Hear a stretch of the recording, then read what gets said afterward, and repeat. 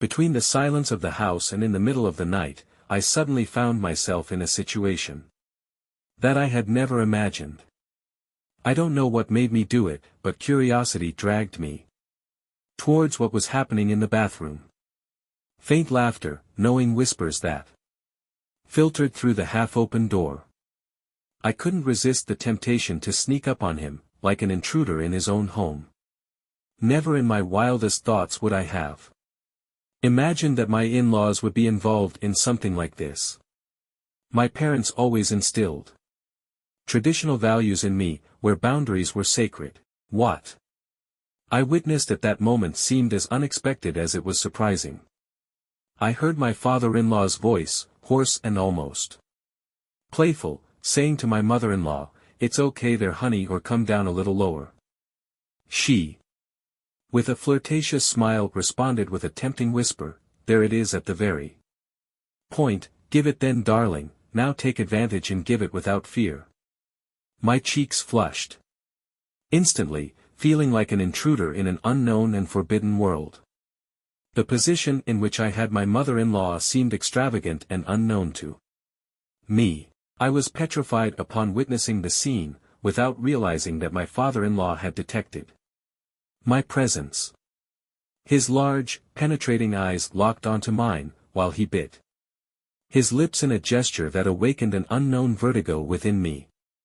I backed away immediately, removing my head quickly, but I was sure my father-in-law had seen me. What was I going to do now?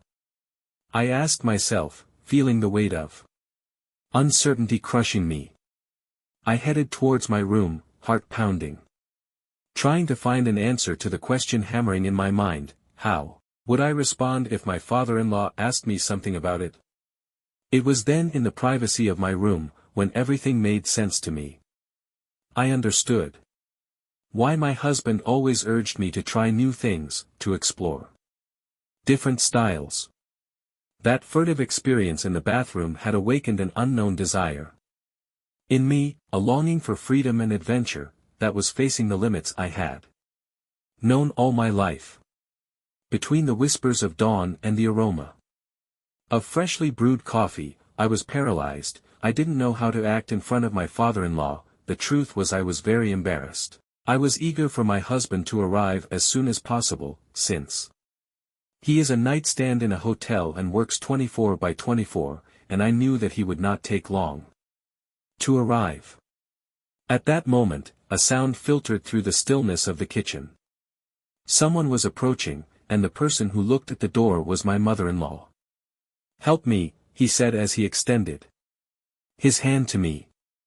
She could barely walk, and I, intrigued and worried, asked her, "Mother-in-law, what happened to you?" She tried to brush it off with a forced smile. "Nothing to worry about," he responded calmly, although his gaze betrayed a trace of pain. "Last night I slipped in the bathroom and I think I banged my ankle," she confessed. But he added something that baffled me, "But the blow was worth it." Confused, I asked her for explanations. As a mother-in-law, I don't understand. How can a hit be worth it? She shook her head, as if to dismiss the topic. "Don't pay attention to me, it's nothing, it's just my stuff," he murmured. "But I'm going to see if I can get my foot checked." I thought to myself, wow, that was pretty strong of them last night. Just then, my father-in-law burst into the kitchen, shuffling in a pair of worn-out flip-flops. I didn't dare look him in the eyes, so I looked away when he entered. "Good morning," he greeted with his hoarse voice. "How delicious the coffee smells." "Has your husband not arrived?" she asked. I avoided his gaze and responded in a neutral tone, "No, he hasn't come yet, but he won't be long in coming. In the meantime, I'm going to serve you breakfast." But my father-in-law had other plans in mind. "Don't worry about it," he said determinedly. "This woman needs me to take her to have her foot bandaged, or to see what they are going to do to her My father-in-law was opening the door to go out with my mother-in-law, when my husband was trying to open the door. "Good morning," my husband said with a nervous smile, his gaze searching responses on their parents' faces. "What happened, Mom?" he asked, trying to hide the trace of worry. "Nothing, don't worry," my father-in-law responded with a calmness that was reassuring to me. "Come in and rest, we will solve this." The night had left its mark on me, a feeling of restlessness mixed with a latent desire. I watched my husband as he entered the house, exhausted and seemingly oblivious to my turbulent thoughts. I decided it was time to act, to put into practice what I had seen, to explore the limits of our intimacy. "Would you like some breakfast, honey?" I asked him with a smile, trying to hide everything that was coming over me. His response was negative, arguing that he preferred to go straight to sleep. However, I wouldn't give up so easily. "How about I give you a massage so you can rest better?" I suggested with a flirtatious tone and a look that was intended to be innocent, but that hid an uncontrollable desire. I saw a flash of interest in his eyes, a hint of excitement at the proposal. "Oh, I like that," he admitted, yielding to my invitation. Determined to carry out my plan, we headed towards the bedroom. But what I expected to be a moment of intimate connection and passion turned into something devastating. He agreed to my caresses and massages as if it were just another task, as if he were fulfilling a duty rather than enjoying my company. It didn't last at all, it was a fleeting moment, a flash of what could have been, before he fell fast asleep, leaving me alone with my thoughts and my doubts. The afternoon loomed over us with the softness of a veil, and as my husband woke up from his sleep, I decided to address that delicate topic that had been hanging in the air between us. I gathered my courage and confessed that I was willing to explore anything he wanted. However, his response was anything but what I expected. "No, darling," he murmured with a seriousness that chilled my heart. "The time when I wanted all that to happen has passed." I felt a lump in my throat as his words hit my mind.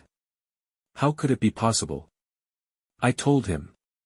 Have I not been the one who has rejected your suggestions time and time again? But now I'm willing and I think we should try. However, his expression did not change. It was as if the passion that had once ignited his gaze had faded, leaving only a flicker of indifference. "Anyway, you said it should be that way," he added weakly, hoping that would make some difference. But his next words were like a dagger to my heart. "I'm not that interested in that anymore. It seems to me that as we are, we're fine. Besides, it's better this way, it won't make you get too excited about it. But now I would like you to be happy," I told him, a little desperate for his response. However, his response was curt. "No, leave it like that, there's no point in that anymore." I told him, "You say it as if our thing is no longer interesting.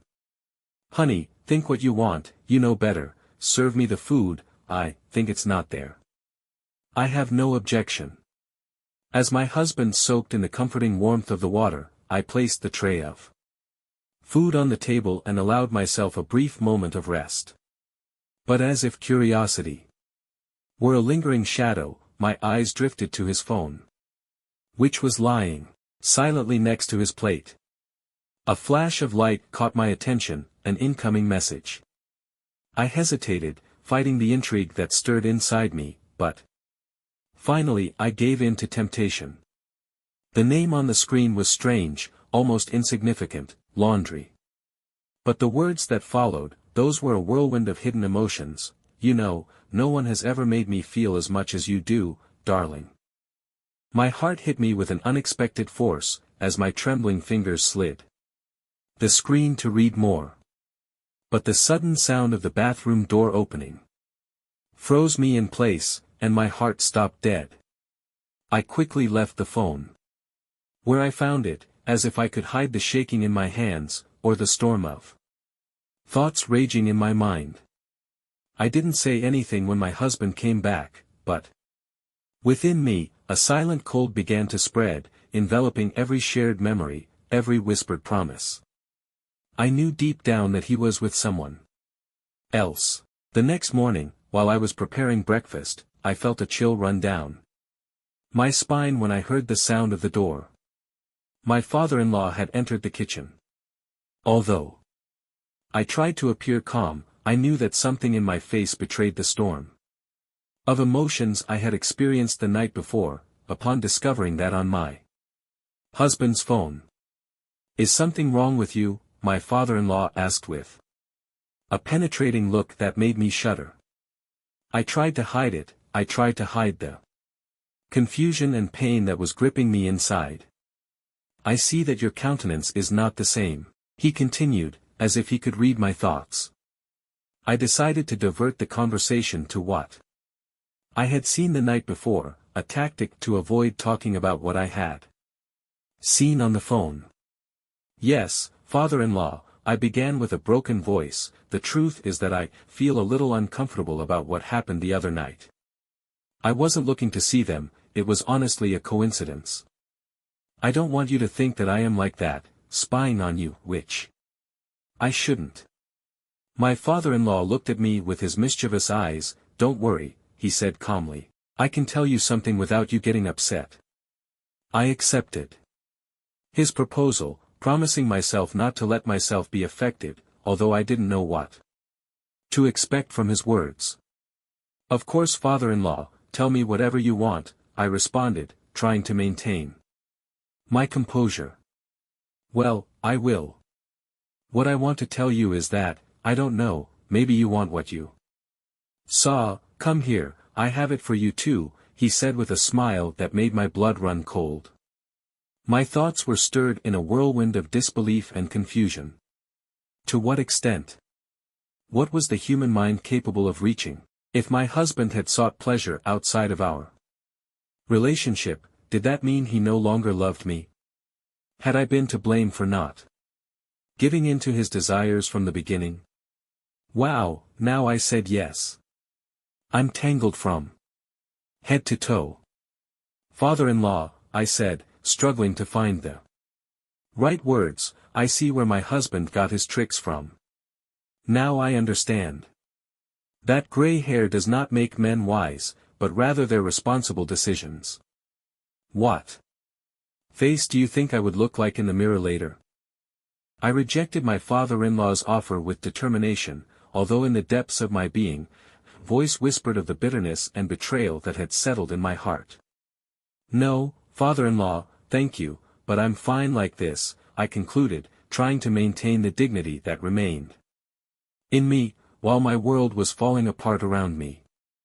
There was nothing more to do in that house. I took my things, and when I was in the exit door, my father-in-law came up to me and said, "Please don't go, I'm very sorry for what I said.